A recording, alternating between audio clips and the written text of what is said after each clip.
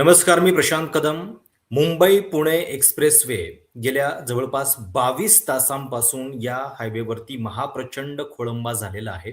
देशातला सर्वात महागडा हायवे आहे हा. कारण इथं जो आपण टोल भरतो, तो साधारणपणे 100 किलोमीटरच्या अंतरासाठी ₹320 टोल हा छोट्या वाहनांसाठी आहे. आणि या हायवेवरती एक गॅस टँकर उलटतो आणि तो मॅनेज करण्यासाठीची व्यवस्था आपली या लेव्हलची आहे, की या इतक्या 2 महत्त्वाच्या शहरांना जोडणारा हायवे हा 22 तासांपासून ठप्प आहे आणि तुम्ही कल्पना करू शकाल, की काय लेव्हलचा त्रास या हायवेनं प्रवास करणाऱ्या लोकांना काल झाला असेल. अजूनही इथली यंत्रणा जी आहे ती पूर्णपणे सुरळीत झालेली नाहीये आणि काल या संपूर्ण हायवेचा प्रवास ज्यांनी स्वतः केलेला आहे, या महाप्रचंड खोळंब्याची आखो-देखा हाल ज्यांनी जवळून अनुभवलेला आहे, ते ज्येष्ठ पत्रकार, मॅक्स महाराष्ट्राचे संस्थापक संपादक रवींद्र आंबेकर आत्ता माझ्यासोबत आहेत. त्यांचा कालचा प्रवास काय होता ते तर आपल्याला सांगतीलच. पुणे एक्सप्रेस हायवे हा देशातला सर्वात महागडा एक्सप्रेस हायवे 2 मोठ्या शहरांना जोडणाऱ्या प्रगतीचा हायवे म्हणून ज्याचं गुणगान केलं जातं. त्या हायवेवरची यंत्रणा आपली किती कोलमडलेली आहे आणि साध्या-साध्या गोष्टींसाठी सुद्धा मॅनेजमेंट इतका उशिरा रिस्पॉन्स का देतं, याच्याबद्दलची पण आपण सगळी चर्चा करूयात. त्यामुळं ती चर्चा नीटपणे ऐका. तुमचे जे काही अनुभव असतील ते पण जरूर शेअर करा आणि मुंबई-पुणे एक्सप्रेस हायवे मुळात आपण नागरिक म्हणून ज्या गोष्टींसाठी आपण आपले हक्क मागितले पाहिजेत, त्यापैकी ही एक बेसिक अपेक्षा आहे, की या एक्सप्रेस हायवेचा प्रवास जो आहे तो तणावमुक्त असला पाहिजे. एक मोठा वीकेंड आला, की त्याच्यावरची जी गर्दी आहे, ती या मॅनेजमेंटला पेलवत नाही आणि मग हा अवघ्या 2.5 तासांचा प्रवास जो आहे तो 6 ते 7 तासांचा होऊन जातो. त्यामुळे या सगळ्याच गोष्टींची चर्चा करूयात, सुरुवात करूयात. रवींद्रजी, मुळामध्ये काल तुम्ही या सगळ्या जाममध्ये अडकला होतात. किती वाजता तुमचा प्रवास सुरू झाला होता? किती वाजता पोहोचलात? आणि या सगळ्या प्रवासाच्या दरम्यान तुम्ही काय पाहिलत? मी साधारणतः 10:30च्या आसपास मुंबई-पुणेचा तळेगाव टोल आम्ही क्रॉस केला आणि रात्री? त्याच्यानंतर हो, रात्री आणि आज बरं. सकाळी 10:30च्या आसपास आम्ही खालापूर टोलपर्यंत पोहोचलो. आता हा जो काही प्रवास होता, यातला अनुभव हा अतिशय म्हणजे हायवेच्या निर्मितीपासून ह्या हायवेवर मी प्रवास केलेला आहे. त्यामुळे हं, त्याच्या जडणघडणीचे टप्पे अनेकदा अनेक डिझास्टर्स आपण रिपोर्टर म्हणून कव्हर केलेले आहेत. त्यामुळे तिथले डिझास्टर मॅनेजमेंट याचं जे प्रात्यक्षिक आपल्याला दिलेत, त्याचा कंप्लीट तिथे ॲब्सेन्स आणि सन्नाटा जाणवला. आणि हं. सगळ्यात महत्त्वाचं म्हणजे की ज्यावेळेला आम्ही तळेगाव टोल क्रॉस केला, तर त्या टोलवर कुठलीही अनाउन्समेंट नव्हती. कोणी सांगितलं नाही की पुढचा रस्ता बंद आहे किंवा बरं. डायव्हर्जन्स घ्यावे लागतील. हां, हं, अदरवाईज तो टोल चढायच्या आधीच लोकांनी तिथून जुना हायवे पकडला असता. मात्र त्यांनी तिथे येऊ दिलं. मला वाटतं की यामध्ये सगळ्यात मोठा कल्प्रिट जर कोण असेल, तर ती आय-आर-बी कंपनी आहे. आय-आर-बी हं, कंपनीचं एकूण धोरण मला असं वाटतं, की फक्त टोल कलेक्शन आहे आणि त्याच्या पलीकडच्या ज्या जबाबदाऱ्या त्यांनी पार पाडायला पाहिजेत, हं, हायवेवर सुविधा देणं असेल किंवा इतर काही गोष्टी असतील, तर त्या सगळ्यांच्या बाबतीमध्ये प्रचंड उदासीनता मला तिथे जाणवली. हं, आय-आर-बीचे कुठलेही अधिकारी किंवा कोण तिथे उपस्थित नव्हते आणि एकूण डिझास्टर मॅनेजमेंट प्लॅन ह्याचा कंप्लीट कोलॅप्स होता. आपण व्हिज्युअलमध्ये पाहतात की किती पोलीस हं. अधिकारी तिथे आहेत आणि हो. एवढी हजारो वाहनं तिथे अडकून पडलेली असताना किती मोठ्या प्रमाणावर तिथे यंत्रणा लावायला पाहिजे होती. मला असं वाटतं की त्यांनी हा लोकलाइज इफेक्ट नंतर बाजूला काढला जाईल, दुरुस्त केला जाईल. मला वाटतं की त्यांनी फक्त एवढीच घटना असेस केलेली असावी.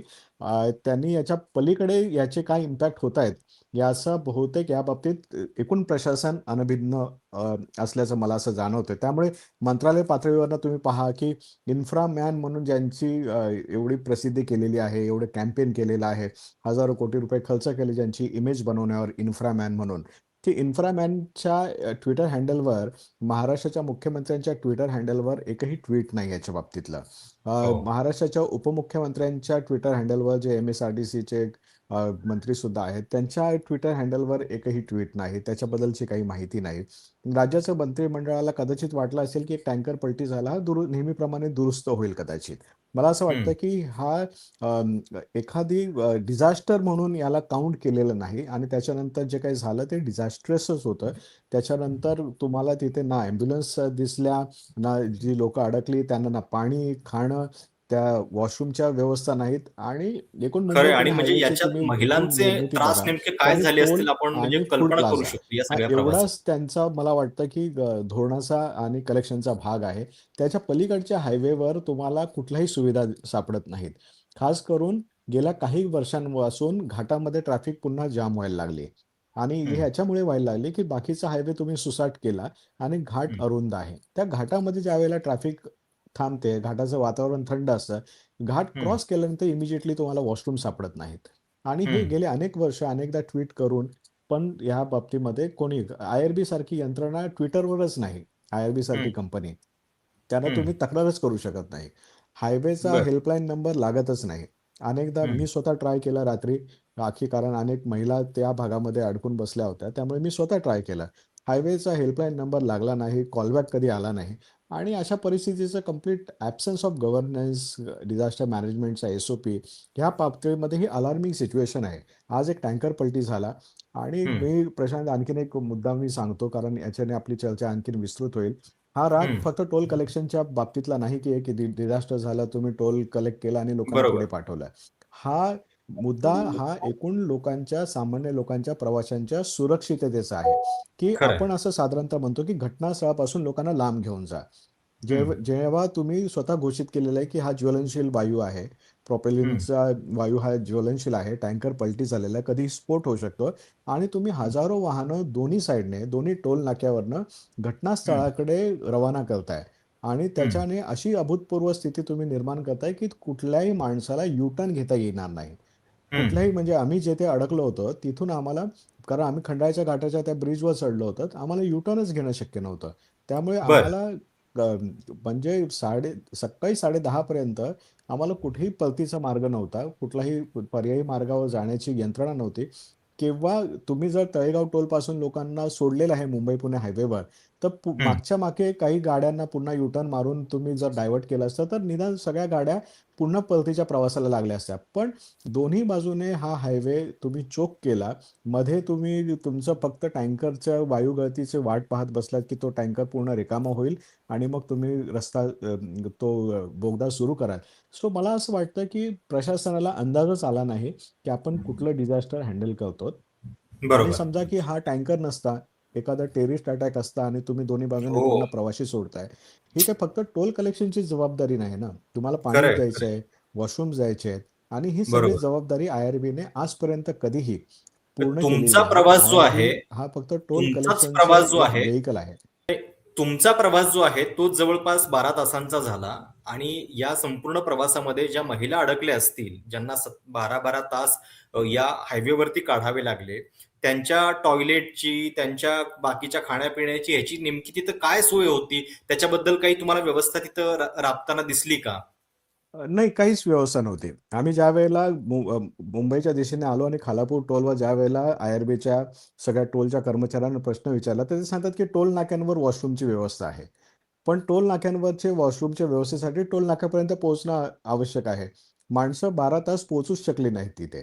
सो हं, त्यामुळे अतिशय बेजबाबदारपणाची उत्तरं तिथे दिली जात होती आणि त्यांना फक्त घाई होती की कसंही करून लोकांनी तो टोलचा बूम बॅरियर जो आहे, तो पार करावा लोकांना आणि टोल कट व्हावा. आम्ही वारंवार त्यांना सांगितलं की तुमची येलो लाईन क्रॉस झालेली आहे. मागे प्रचंड रांगा लागलेल्या आहेत. 3-4 बरोबर, किलोमीटर तर रांग त्या दिशेने दिसते. तर तुम्ही टोल बंद करा पहिल्यांदा आणि लोकांना यू-टर्न मारायला बरोबर. लावा. ते यू-टर्नसाठी सुद्धा टोल क्रॉस करायला लावत होते लोकांना. जेणेकरून बरं. ₹80 चा तो ₹240 चा टोल पहिल्यांदा तिथे कट होईल. सो ह्या पद्धतीची असंवेदनशीलता मी पहिल्यांदा पाहिली, की साधारणतः कुठल्या राजकीय नेत्यांच्या शोक आणि मृत्यूमध्ये सुद्धा टोल बंद करायला लावता आणि हं, काही आंदोलन असेल तर टोल बंद करायला लावता. पण एवढी मोठी खरंय. घटना असून तुमच्या घटनेचा बाबत तुम्हाला माहितीच नाही. बरं, मी तुम्हाला आणखीन सांगतो, की खालापूर पनवेलपासून थेट हं, खंडाळ्यापर्यंत back to back, bumper to bumper traffic होती. बंपर टू बरं. बंपर. म्हणजे तिथे तुम्हाला साधे यू-टर्न किंवा एखादी गाडी मध्ये लेन क्रॉस करण्याची सुद्धा जागा नव्हती. तरीसुद्धा इथून लोकांना गाड्यांनी पुढे पाठवणं सुरू होतं. म्हणजे मला कळत नाही, की ज्यावेळेला तुम्हाला आता ड्रोनद्वारे व्हिज्युअल्स आले होते, काही हेलिकॉप्टरचे व्हिज्युअल्ससुद्धा आपण पाहिलेले आहेत. एवढी सगळी परिस्थिती तुम्हाला कळल्यानंतर, की तुम्ही एवढ्या मोठ्या हायवेवर लोकांना तिकडे तडफडायला सोडून दिलं आणि बाकी सगळी यंत्रणा गायब झाली. सो हा मला असं वाटतं, की फक्त जवळपास आता आपण पाहिलंय, की जवळपास दर दिवसाला 4 हं. ते 5 कोटी रुपयाचा टोल या मुंबई-पुणे हायवेवर कलेक्ट केला जातो. सगळ्यात हं. महागडा हायवे आहे. शॉर्ट डिस्टन्स असून लोकांना आणि ही 2 तुमची फायनान्शियल सेंटर्स आहेत ना. 2 बरोबर. फायनान्शियल सेंटर्समध्ये लोकांचे विमानतळांचे सगळ्यांचे बुकिंग होते. त्याच्यानंतर अनेक बिझनेस मीटिंग होत्या. अनेक लोकांनी मी रात्रभर अनेक लोकांचे फोन घेत होतो. ते विचारत होते, की आम्ही काय करू? निघू की नाही निघू? मुंबईमध्ये आमच्या हं, बैठका हं. आहेत. काही लोकांना पुण्याला जायचं होतं. महिलांची तर अवस्था फारच वाईट होती. म्हणजे मी मी सांगू सांगू शकतो इथे, की खंडाळा आणि लोणावळ्याच्या थंडीमध्ये रात्रीच्या हं. वेळेला गाड्या थांबलेल्या आहेत. बरोबर. काही हं, नॉन एसी बसेस होत्या. तिथे हं, म्हणजे ज्या गाड्या होत्या एसी गाड्या त्या निदान काचा बंद करून लोकं आतमध्ये बसू शकतात. नॉन एसी हं, बसेस होत्या. त्या बसेसमध्ये हं. व्हेंटिलेशनचं कशी अवस्था असते आपल्याला माहिती आहे. लाल हो. परीच्या गाड्या होत्या आणि त्या महिलांना खाली उतरून जर वॉशरूमला जायचं असेल, तर सगळे ट्रक हं, ड्रायव्हर आणि हे सगळ्या लेनमध्ये होते. म्हणजे एवढी कुचंबना होती, पिण्याचं पाणी नव्हतं. काही स्थानिक हं, लोकं तिथे पाणी विकायला आणि वडापाव विकायला आले होते. पण त्यांच्याकडचं पाण्याच्या बॉटल 10-12 पाण्याच्या बॉटल्स ह्या अवघ्या 20-30 सेकंदामध्ये संपून गेल्या आणि तिथे हं. अक्षरशः काही व्यवस्था नव्हती. अनाउन्समेंट्स नव्हत्या. म्हणजे अपोझिट साइडने येऊन तरी लाउडस्पीकरने काही अनाउन्स केलं असतं आणि सांगितलं असतं, की काही बरोबर. अवस्था आहे 12 तास तुम्हाला आणि आज आणि सगळ्यात धक्कादायक म्हणजे, की ह्याही स्थितीमध्ये एक आय-टी सेल आहे, जो लोकं तक्रार करणाऱ्या लोकांना ट्रोल करायला लागलाय. तो हो. त्यांना सांगतोय, की तुम्हाला Google मॅप पाहता येत नव्हता का? पाहता येत होता Google मॅप. मी Google मॅपवर पाहिलं होतं. नेहमीपेक्षा 1 तास जास्तीचा प्रवास त्यावर दाखवला जात होता आणि त्यामुळे हं, आम्ही 1 तासच जास्त आहे. फूड मॉलला थांबता येईल, ट्रॅफिक जॅम असेल तर, असा विचार करून आम्ही मुंबई-पुणे हायवेवर चढलो. दुसरं, की त्याच्या आधी मुंबई-पुणे हायवे चढायच्या आधी ताम्हिणी घाटामधून जाण्याचा रस्ता दाखवत होता. तो सुद्धा रस्ता कोलॅप्स होता. तो 5-6 तासापेक्षा जास्तीचा दाखवत होता. म्हणजे तुम्ही उलटं हं. जा, पण तो Google मॅप सांगत होता ना, त्याच्यामध्ये सरकारच्या किंवा प्रशासकीय यांच्याकडनं काही सूचना नव्हत्या. आज सकाळी त्यांनी ताम्हिणी घाटातनं जाण्याच्या रस्त्याबाबत हो. सांगितलेलं आहे. सकाळी पण तो सुरुवात केली. घाटसुद्धा हां, तो घाटसुद्धा नवशिक्या ड्रायव्हर्ससाठी, फॅमिली ड्रायव्हर्ससाठी तो सेफ नाही आहे. हे सुद्धा हं. पाहिलं पाहिजे. त्या ह्याच्यामध्ये जर एक्सपर्ट असेल, तर त्या नाही आणि घाटामध्ये काही लोकांच्या प्रवास कमेंट्स मी पाहिल्या. काही लोकांचं म्हणणं असं होतं, की तो जो गॅस टँकर उलटलेला आहे, तो प्रोपिलिन गॅसचा आहे, की जो हायली फ्लेमेबल आहे, विषारी आहे आणि त्यामुळं इतकी मोठी सुरक्षेची गोष्ट असताना मग प्रशासनाला तुम्ही वेळ दिला पाहिजे वगैरे, वगैरे. मुळामध्ये माझं म्हणणं असं आहे, की अशा पद्धतीच्या घटना होणार हायवेवरती हे गृहीत धरलेलं असतं आपण. म्हणजे असं बरोबर आहे. काही एखादा टँकर पहिल्यांदा हे झालेला नाहीये, कोलॅप्स झालेला नाहीये. तर त्याचा रिस्पॉन्स काय असणार, हे तर तुम्हाला माहिती आहे आणि तो रिस्पॉन्स तातडीनं येणं अपेक्षित आहे, विशेषतः अशा प्रकारच्या हायवेवरती. ते नाही कुठं बरोबर घडत आहे. नाही. एक पहिली गोष्ट, एक तर तुम्ही अशा बिझी हायवेवर हेवी व्हेइकल्स अलाउ केलेली आहे. हं, त्याच्यानंतर दुसरा महत्त्वाचा मुद्दा, की ह्या हायवेवर प्रवास करणाऱ्या सगळ्या लोकांच्या वारंवार तक्रारी आहेत. मी तर याच्या आधी नितीन गडकरी यांना लिहिलंही होतं, की तुम्ही सगळ्या हेवी व्हेइकल्सना त्यांना जर उजव्या बाजूने चालण्यामध्ये आनंद आहे आणि कम्फर्ट आहे, तर मुंबई-पुणे हायवेवर त्यांना उजव्या बाजूने चालण्यासाठी परवानगी द्या आणि छोट्या गाड्यांना बरोबर. डाव्या बाजूने जाण्याची परवानगी द्या. कारण त्यांचं हं, म्हणणं आहे, की आमचा मोसम तुटतो, आम्हाला तिथे पिकअप घेता येत नाही. त्यामुळे सगळी वाहनं उजव्या बाजूने चालतात. पण ती केवळ उजव्या बाजूने नाही चालत. ती सगळ्या लेनमध्ये तुम्हाला दिसतात. कधी-कधी हं. तर हेवी व्हेइकल्स 4 लेनमध्ये असतात आणि छोट्या गाड्या त्यांना लेफ्ट साइडने डाव्या बाजूने त्यांना ओव्हरटेक करून हो, जात असतात. आणि त्या सगळ्या वाहनांवर जे ते ज्वलनशील पदार्थ आहेत, त्यांच्यावर त्यांच्या सेफ्टी सिक्युरिटी मेजर्स त्यांच्या त्या टँकरवर लिहिलेले असतात, की लीकेज झाल्यानंतर काय करायचं. दुसरं तिथे एस-डी-आर-एफची, एन-डी-आर-एफची टीम होती. त्याच्यानंतर आय-आर-बीच्या लोकांना याचं ट्रेनिंग आहे. हे सगळं असताना तुम्हाला माहिती आहे, की ज्वलनशील टँकर पलटी झालेला आहे. मग लोकांना का सोडताय तिकडे? लोकांना त्या दिशेने तुम्ही जायला सांगताय. तुम्हाला काही डिझास्टर घडवायचं होतं का? जर तो टँकर पेटला असता, तर काय झालं असतं? किती तिथे धावपळ झाली असती? काय चेंगराचेंगरी झाली असती? लोकं आपल्या गाड्या सोडून पळायला लागली असती. तर याचा काही विचार केला होता की नाही केला होता? ह्याला पहिली गोष्ट, ह्याला एक अपघात मानून आय-आर-बी आणि महाराष्ट्र सरकारने सगळ्यात मोठी चूक केलेली आहे. हा अपघात नव्हता. हा क्रायसिस आहे. हे डिझास्टर आहे. ही पहिली गोष्ट डिझास्टर मॅनेजमेंटमध्ये तुम्ही डिझास्टर आहे मान्य केलं तरच त्याच्यावरचं मॅनेजमेंट कराल ना.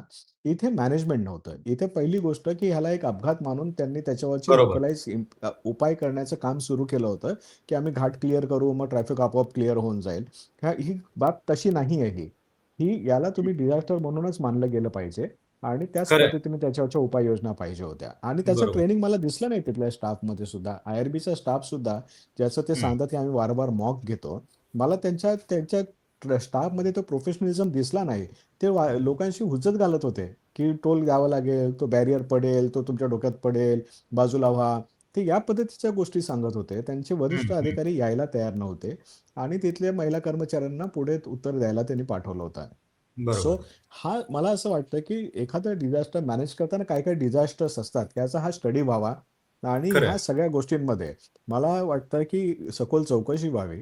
या चौकशी अंती कारवाई, जबाबदारी फिक्स करण्यात यावी आणि याच्यानंतर या हायवेवर किंवा समृद्धी हायवे असेल किंवा मेगा हायवे जे कुठले आपण बनवतो. तर हे सगळे हं, हाय स्पीड हायवेज आहेत. इथे आता छोट्या गाड्या आणि ज्या फॅमिली कार्स आपण ज्याला मानतो, त्या फार कमी संख्येने येतात. इथे ज्या गाड्यांची क्षमता जास्त आहे, जास्त सीसीच्या गाड्या आहेत. ह्या मॅक्सिमम गाड्या असतात किंवा हेवी व्हेइकल्स असतात. त्यामुळे हं, मॅक्सिमम अशा ठिकाणी ज्यावेळेला अशा गाड्या त्यांचा स्पीड जास्त आहे, पिकअप चांगला हं, आहे, पॉवर स्टिअरिंग आता मोठमोठ्या हेवी व्हेइकल्समध्ये पॉवर स्टिअरिंग आहे. अशा हं, वेळेला अशा गाड्या ज्या हायवेवर जातात, तो हायवे तिथला हं. प्रोफेशनल असलाच पाहिजे. तो तितका त्याच्यामध्ये सेफ्टी मेजर्स असलेच पाहिजेत. त्या बरोबर. मुळात किती गंभीर गोष्ट आहे, की या हायवेचा जो रिस्पॉन्स आहे, जो जो आपण बघतोय, की कशा पद्धतीने इतका मोठा अपघात झाल्यानंतर सरकारकडनं रिस्पॉन्स येतो आहे आणि मुंबई-पुणे सारख्या इतक्या महत्त्वाच्या 2 शहरांना जोडणारा हा हायवे आहे. त्याच्यावरती 17-17 तास, 20-20 तास लोकं खोळंबून पडलेले आहेत आणि जसं आता रवी आंबेकर सांगत होते, की कुठल्याही पद्धतीनं जे हायवे ऑपरेट करणारी यंत्रणा आहे, त्यांचा रिस्पॉन्स याच्यामध्ये दिसला नाही आणि त्यामुळं लोकांचे प्रचंड हाल जे आहेत ते झालेले आहेत आणि अ, अगदी बरोबर मुद्दा आहे, की हा केवळ अपघात नव्हता. याला एक डिझास्टर मॅनेजमेंट तुम्ही कन्सिडर करायला पाहिजे आणि त्या अनुषंगानं तुमचा रिस्पॉन्स जो आहे तो तातडीनं येणं अपेक्षित होतं. मात्र तो या सगळ्यामध्ये कुठेही आलेला नाहीये आणि त्यामुळं या सगळ्याबद्दलची चर्चा जी आहे ती फार महत्त्वाची आहे. अशा पद्धतीनं म्हणजे मुंबई-पुणे एक्सप्रेस हायवेच्या अशा अनेक समस्या आहेत. मी मागच्या आठवड्यामध्ये जेव्हा 26 जानेवारीला लाँग वीकेंड होता, त्यावेळी मुंबई ते पुणे प्रवास करत होतो आणि रविवारच्या दिवशी करत होतो. मला असं वाटलं, की 2 दिवस आधीचे झालेले आहेत. कदाचित रविवारी ट्रॅफिक कमी असेल. पण तरीसुद्धा त्या दिवशी 6 तास मुंबई ते पुणे या 2.5 तासांच्या प्रवासासाठी लागलेले होते. तर एक मोठा लाँग वीकेंड आला, की हा हायवे कोलमडतो. त्याच्यावरची सगळी वाहतूक जी आहे ती इतक्या मोठ्या प्रमाणामध्ये म्हणजे विशेषतः घाटामध्ये. आता त्या घाटामध्ये पण अनेक समस्या आहेत, की तो अ, कशा पद्धतीनं बांधलेला आहे, की पूर्ण चढ जो आहे तो आपल्याला अगदी त्या लोणावळ्याच्या टर्नपर्यंत आपल्याला पूर्णपणे मिळतो. आता मिसिंग लिंक तयार होते. पण मिसिंग लिंक तयार झाल्यानंतर त्याच्याबद्दल सुद्धा खूप डेडलाईन पुढं-पुढं गेल्या. शेवटी आता 1 मे ही डेडलाईन आपल्याला सांगितली जातीये. तर ही मिसिंग लिंक हे या हायवेवरचं उत्तर आहे का? त्याच्यानंतर किमान ट्रॅफिक सुरळीत होईल का? तुम्हाला काय वाटतं? नाही, मला असं वाटतं, की आता कितीही हायवे केले, तर तुम्ही जे हं, प्रॉमिस करताय, की 3 तासाचा प्रवास आम्ही अर्ध्या तासात आणू आणि 8 तासात आणू, ह्या पद्धतीचे जे प्रॉमिस आहेत, मला असं वाटतं, की सेफ्टी मेजर्सच्या दृष्टिकोनातून सुद्धा लोकांचं हे लोकशिक्षण पण केलं पाहिजे, की हायवे हे चांगले होत आहेत, गाड्या चांगल्या येत आहेत, हाय स्पीड कार्स येत आहेत. हे तुमच्या हं. सेफ्टीसाठी आहे, स्पीडसाठी नाही. एवढ्या लवकर पोहोचून करायचं काय आहे? याच्या आधी पण 8 बरोबर. तास, 6 तास मुंबई-पुणे हायवेसाठी लागत होता. आपण सेफ्टी त्याच्यामध्ये घाट होते, दरडी कोसळत होत्या, म्हणून सेफ्टीसाठी म्हणून हा हायवे असावा आणि 2 शहरं व्यवस्थित कनेक्ट व्हावी. 2 तास मला वाटतं इनफ आहेत. 2-2.5 तासामध्ये मुंबई-पुणे कव्हर करणं हा इनफ सेफ टाईम आहे. त्याच्या बरोबर. पलीकडे आणखीन जास्त सेफ्टी मेजर्स तुम्ही आणून आणखीन करणार काय? आणखीन स्पीड वाढवून करणार काय? मला असं वाटतं की मिसिंग लिंक आल्यानंतर थोडं थोडं आपल्याला ईज तर होईल. अनेक लोकांना डायरेक्ट सिंहगडकडे बाहेर पडता येईल. पण हं, तरीसुद्धा सगळ्यात महत्त्वाचा भाग असा आहे की वाहनांची संख्या वाढते. त्याच्यानंतर प्रवाशांची संख्या वाढते. ह्या वाढत्या हं, प्रवासी आणि याच्या दृष्टिकोनातून तुम्ही शेवटी हा घाट एरिया आहे. याच्यामध्ये हं. काही इकॉलॉजिकल सर्व्हेस सुद्धा झालेले आहेत. याच्यामध्ये काही पर्यावरणाच्या दृष्टिकोनातून पण काही मुद्दे आहेत. तुम्ही त्याचं किती डॅमेज करणार आहात? हा सगळ्यात मुद्दा आहे. बरोबर. म्हणजे विकासाचा फक्त वेगाशी संबंध लावून उपयोग नाही. तिथल्या सगळ्या खरं आहे. इकोसिस्टम आणि इकॉलॉजीशी सुद्धा संबंध आहे. त्याची सॉइल आहे, तिथला रॉक आहे. हा काही तुमच्या विकासाला पेलवणारा नाही. मग ज्या हं. पद्धतीचे लँडस्लाईड आपल्याला कोकण रेल्वेच्या आसपास दिसतात, त्याच पद्धतीच्या तो इथे लँडस्लाईड आणि बाकीच्या गोष्टी वाढताना दिसतील, तर आपण आणखीन डेव्हलपमेंट केली. लोकांचं शिक्षण करणं भाग आहे आणि तुमची बरोबर. जी यंत्रणा हे सगळं हँडल करते, ती अधिक ती फक्त टोल कलेक्शन पुरता न ठेवता, त्यांचं पण शिक्षण करणं गरजेचं आहे ना. म्हणजे आज तुम्हाला एक क्रायसिस हँडल करता आलं नाही. उद्या आणखीन या हाय स्पीड हायवेवर एखादा मोठी घटना घडली, तर तुम्ही काय करणार आहात? तुम्ही काय एअरलिफ्ट करणार बरोबर. आहात लोकांना? तिथे काय व्यवस्था आहे का? तुमच्याकडे हेलिपॅड्स होते का? जे मुंबई-पुणे हायवे तयार करत असताना त्यांनी जे सांगितलं होतं, की हेलिपॅड्स असतील. एक हेलिपॅड आहे, मात्र ते व्ही-आय-पींसाठी आहे. त्या हेलिपॅडवर आजपर्यंत कुठली इमर्जन्सी एम्ब्युलन्स मी चालताना, एअर एम्ब्युलन्स चालताना मी पाहिली नाही. हं, कुठलंही हं, हं. एअरलिफ्ट आजपर्यंत तसं झालेलं नाही. सो तुम्ही कधी याचे मॉक ड्रिल्स केलेले आहेत का? मला असं वाटतं, की ह्या सगळ्या यंत्रणा ज्या वेळेला बनवत असतो आपण, अशी एखादी घटना ही तुम्हाला पुन्हा एकदा जागं करणारी ठरते, की खरं ज्या आहे. वेळेला एखादी घटना घडते त्याच्यातनं काहीतरी धडे शिकून याची इन्क्वायरी करून याचा एस-ओ-पी फिक्स केला पाहिजे. याच्या बरोबर. एस-ओ-पीसाठी पुन्हा एकदा मला असं वाटतं मॉक्स केले पाहिजेत आणि त्याच्यात लोकांना पण इन्व्हॉल्व करा ना. आज लोकांना बरोबर. माहितीच नाही, की या क्रायसिसमध्ये आपल्याला करायचं काय आहे? हं. धावायचंय, पळायचंय, गाड्या सोडून द्यायच्या आहेत, चालत जायचंय, काहीच माहीत नाही अगदी लोकांना. खरं आहे. कुठे जायचं, खरं आहे. कोणाला कॉन्टॅक्ट करायचा, हेल्पलाईन नाही लागलं तर कोणाशी बोलायचंय, हेही माहीत नाही. हो. म्हणजे तुम्ही अगदी खरं. रेडिओ वापरला नाही, टीव्ही वापरला नाही, सोशल मीडिया वापरला नाही. हां, सगळ्या यंत्रणा सोशल मीडियावरनं गायब होत्या आणि लोकं सोशल मीडियावर तुम्हाला कम्युनिकेट करण्याचा प्रयत्न करत होते. सो मला असं वाटतं, की हा जो काही लॅप्स आहे, हे सगळे आयडेंटिफाय करून याच्यावरचा व्यवस्थित व्हाईट पेपर सबमिट केला पाहिजे असं माझं म्हणणं खरं आहे, आहे. की त्याशिवाय अगदी खरं. इतर हायवेजवर सुद्धा एस-ओ-पीज असाइन होणार नाहीत. हं, हं, हं. राज्याचा एखादा मंत्री याच्यामध्ये जर अडकला असता, तर कदाचित त्याची पटकन नाही मागणी होतं ना, झाली असती. कोणीतरी व्ही-आय-पी क्रॉस झाला आमच्याकडनं. त्यांना बरं, अपोझिट त्यांच्यासाठी डिरेक्शनने लेन 3 मोकळी केली हो, गेली होती. 3 हो, सगळ्यात धक्कादायक तेच होतं, की 3 गाड्या लावून अपोझिट डिरेक्शनने एक व्ही-आय-पीला त्यांनी क्रॉस केलं. मला तो व्हिडिओ घेता आला नाही, कारण जोपर्यंत मी हो. व्हिडिओ घेईन, तर तोपर्यंत त्या गाड्या पुढे निघून गेल्या ह्याची होत्या. एक खरं शेवटची म्हणजे गाडी पारदर्शकपणे हो. याची सगळ्याची माहिती समोर आली पाहिजे, की हो ना, कुणासाठी हे म्हणजे केलं तुम्ही गेलं. हां, म्हणजे हो. तुम्ही एक व्ही-आय-पी क्रॉस करू शकता, तर तुम्ही सामान्य लोकांनाही क्रॉस करू शकता. तेवढी तत्पर यंत्रणा आहेच आपल्याकडे. बरोबर, वायरलेस आहेत. बरोबर. कम्युनिकेशन हं. तुटलं नव्हतं, कोलॅप्स झालं नव्हतं. त्यामुळे कम्युनिकेशन होतं. मला असं वाटतं, की इच्छाशक्ती नव्हती, की क्रायसिस हँडल करायची किंवा ते आकलन झालं नाही, की हे क्रायसिस आहे म्हणून. तुमचा एक बरोबर. मोठा मेजर हायवे बंद पडतो. हां, बरोबर, आणि याच्याबद्दलचे आकलन मला वाटतं यांचं तोकडं पडलेलं आहे. बरोबर.